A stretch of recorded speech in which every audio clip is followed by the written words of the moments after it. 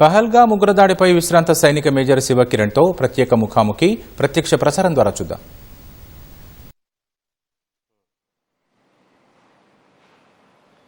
జమ్మూ కాశ్మీర్ పహల్గాంలో ఉగ్రవాదాలు రెచ్చిపోయారు. తుపాకులతో తెగబడ్డారు. ఉగ్ర దాడిలో దాదాపు 28 మంది అమాయక పర్యాటకులు మృతి చెందారు. వారిలో ప్రభుత్వ అధికారులతో పాటు 2 విదేశీయులు కూడా ఉన్నారు. అయితే ఆర్టికల్ 370 రద్దు తర్వాత ఈ స్థాయిలో ఉగ్రవాదులు తెగబడ్డం ఇదే ప్రథమం. అయితే ఎందుకు ఈ విధంగా జరిగింది, అక్కడ పరిస్థితులు ఏ విధంగా ఉన్నాయి అనే అంశాలపై మనతో మాట్లాడడానికి విశ్రాంత సైనిక మేజర్ శివకిరణ్ ఉన్నారు. ఆయన అడిగి మరిన్ని విషయాలు ఇందుకు సంబంధించి తెలుసుకుందాం. అయితే శివకిరణ్ గారు నమస్కారం. నమస్తే.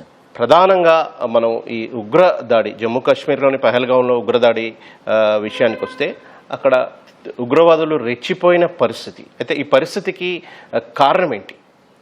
ఫస్ట్ జై హింద్ అండి, నమస్తే.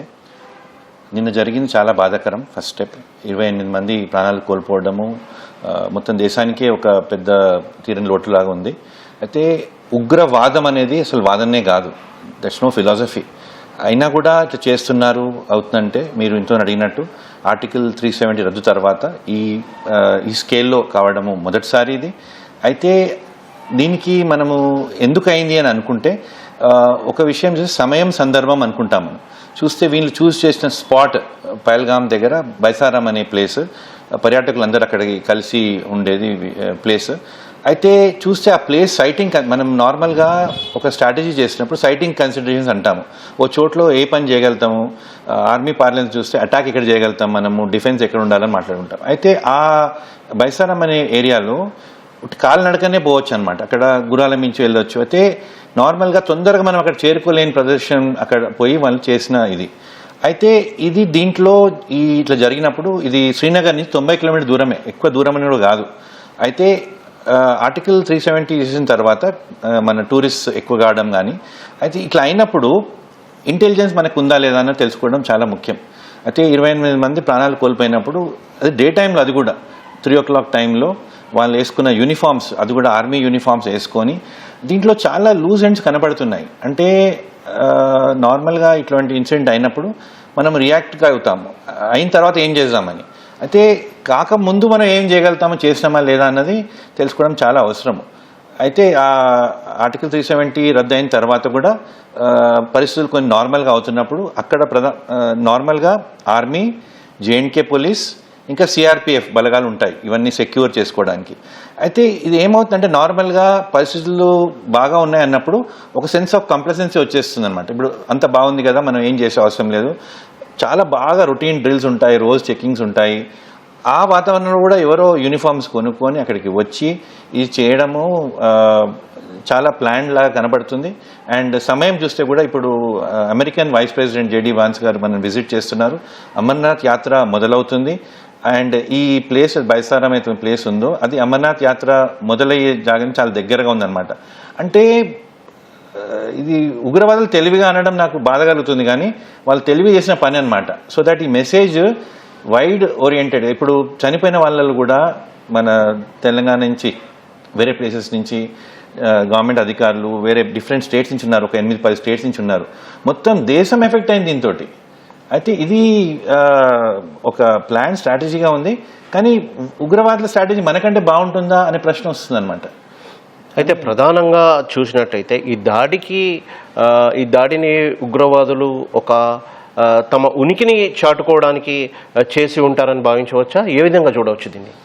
తప్పకుండా అండి, అంటే ఉనికిని చాటు చెప్పడానికే. ఎందుకంటే ఇన్ని రోజుల నుంచి కొంచెం తగ్గినారు వాళ్ళు, సడన్గా అక్కడక్కడ వచ్చేసి మళ్ళీ ప్రాబ్లం చేసినారు. కానీ ఈ స్కేల్లో అవుతుందని గవర్నమెంట్ కూడా ఊహించకుండొచ్చు.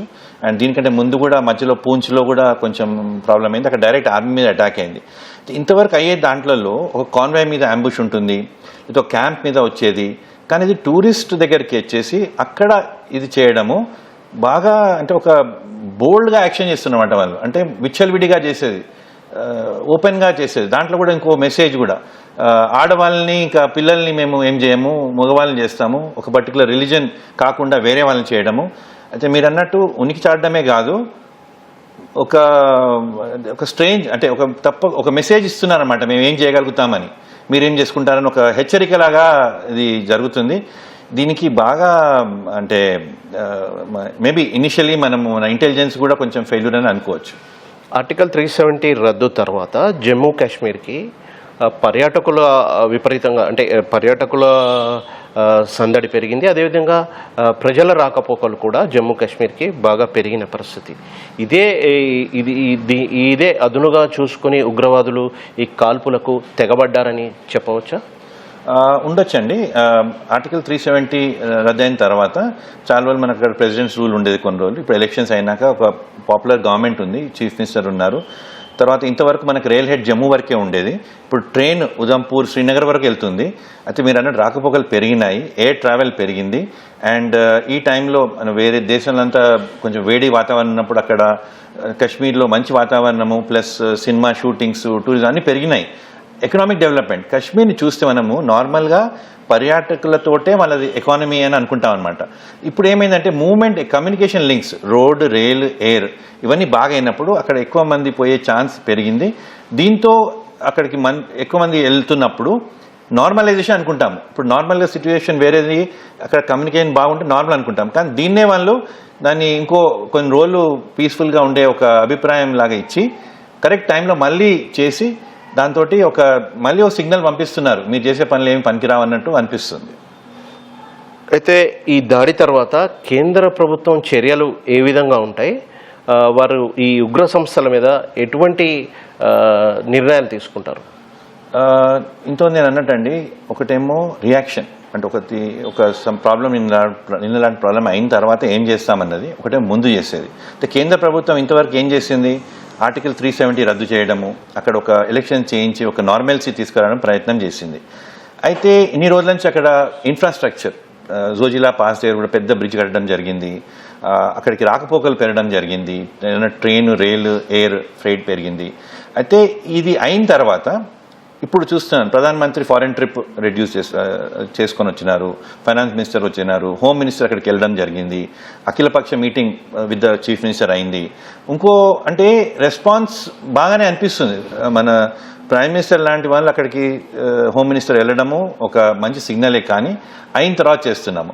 ఆ తర్వాత ఇంకోటి ఏం చేస్తున్నారు, ఇప్పుడు టూరిస్ట్ అక్కడ ట్రావెల్ వాళ్ళు ఉన్నారు కదా, ఎయిర్లైన్స్కి అడ్వైజ్ ఇవ్వడం జరిగింది, రిటర్న్ ఫ్లైట్స్ ఎక్కువ చేయాలని, టూరిస్ట్ అక్కడి నుంచి వెళ్ళిపోవాలని, తర్వాత టికెట్ రీఫండ్స్ అవన్నిట్లో ప్రాబ్లం ఇబ్బంది చేయొద్దని చెప్తున్నారు.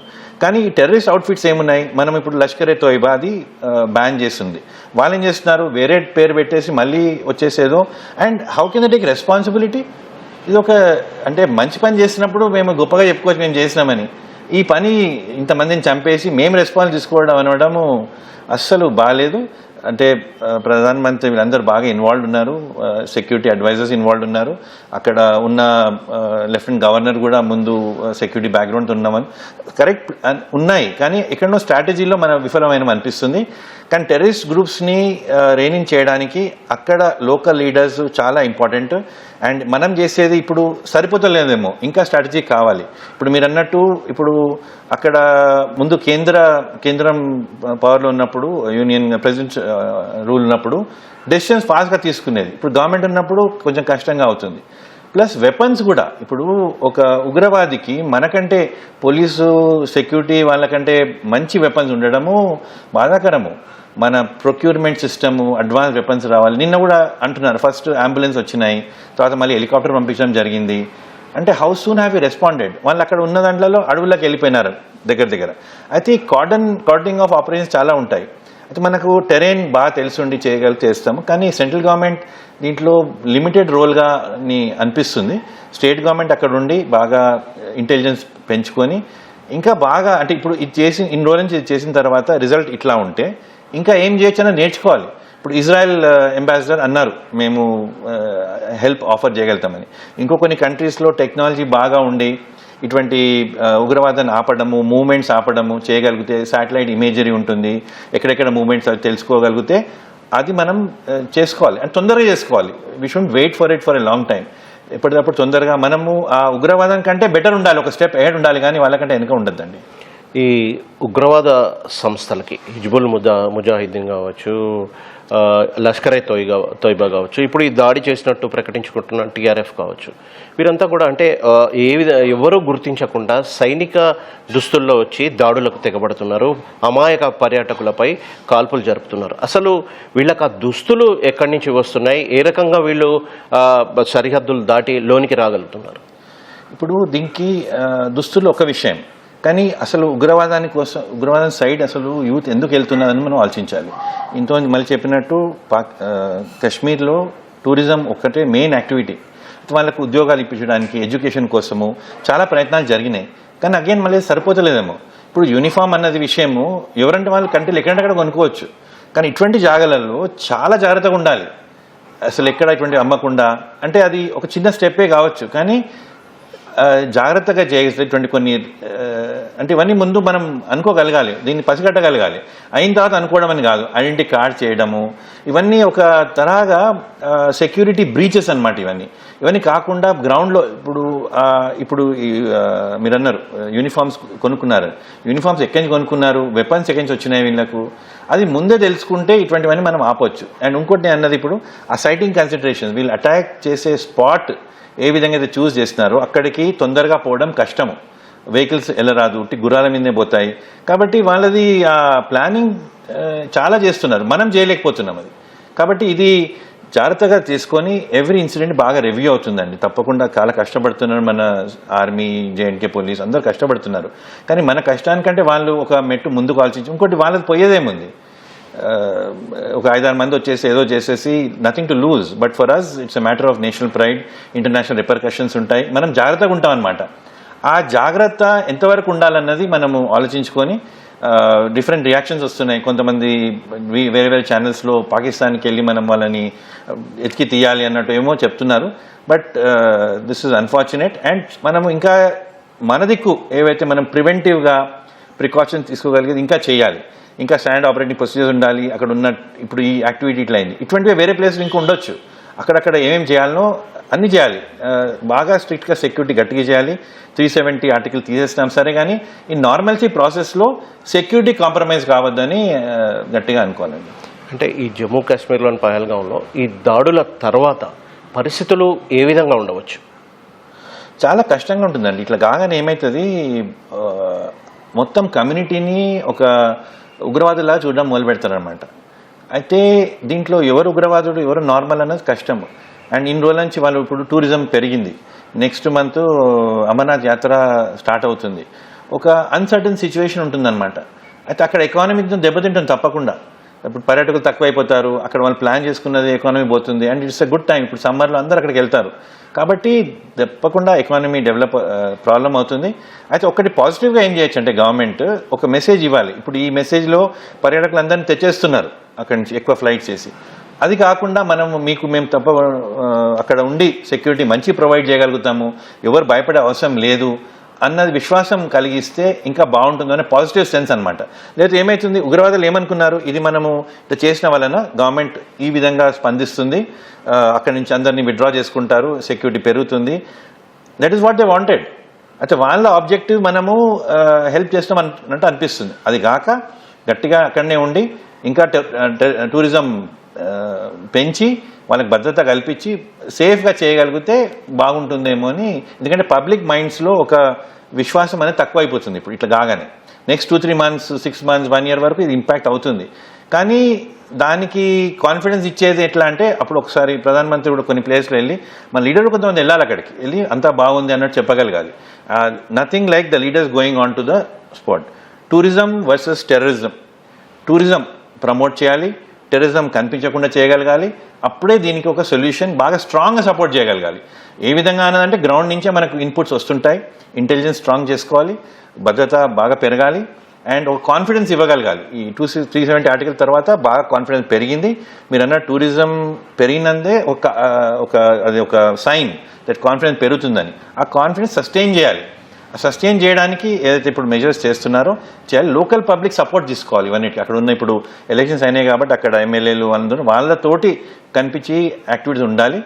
అక్కడ సెక్యూరిటీ ఎన్వైరన్మెంట్ ఒక కనపడకుండా అప్పుడప్పుడు ఏమవుతుంది, సెక్యూరిటీ ఓవర్వెల్మింగ్ అయిపోతుంది, చాలా జాగ్రత్తలు తీసుకుంటారు, పబ్లిక్ వెళ్ళడానికి భయపడతారు. అట్లా కాకుండా చిన్న చిన్న జాగ్రత్తలు చూసి ఇంటెలిజెన్స్ పెంచుకొని ఇటువంటివి కాకుండా చూసుకుంటే నార్మల్సీ టైం పడుతుంది. ఇప్పుడు డెఫినెట్లీ కొన్ని రోజులు ఎవరు అక్కడికి వెళ్ళడం భయపడతారు, కానీ కాన్ఫిడెన్స్ బిల్డింగ్ మెజర్స్ చేయించుకోవాలి. అయితే మొత్తంగా ఈ తరహా దాడులు కట్టడి చేయడానికి కేంద్రం తన వంతు ప్రయత్నాలు చేయాలి. అదేవిధంగా ఉగ్రవాదాన్ని పూర్తిగా కట్టడి చేయడానికి చర్యలు చేపట్టాలని విశ్రాంత సైనిక మేజర్ శివకిరణ్ అంటున్నారు. అదేవిధంగా పర్యాటకుల్లో కావచ్చు, స్థానిక ప్రజల్లో కావచ్చు మరింత విశ్వాసం కల్పించాలి, భద్రత పట్ల మరింత విశ్వాసం కల్పించాలి అని చెప్పి ఆయన చెబుతున్నారు. Over to you.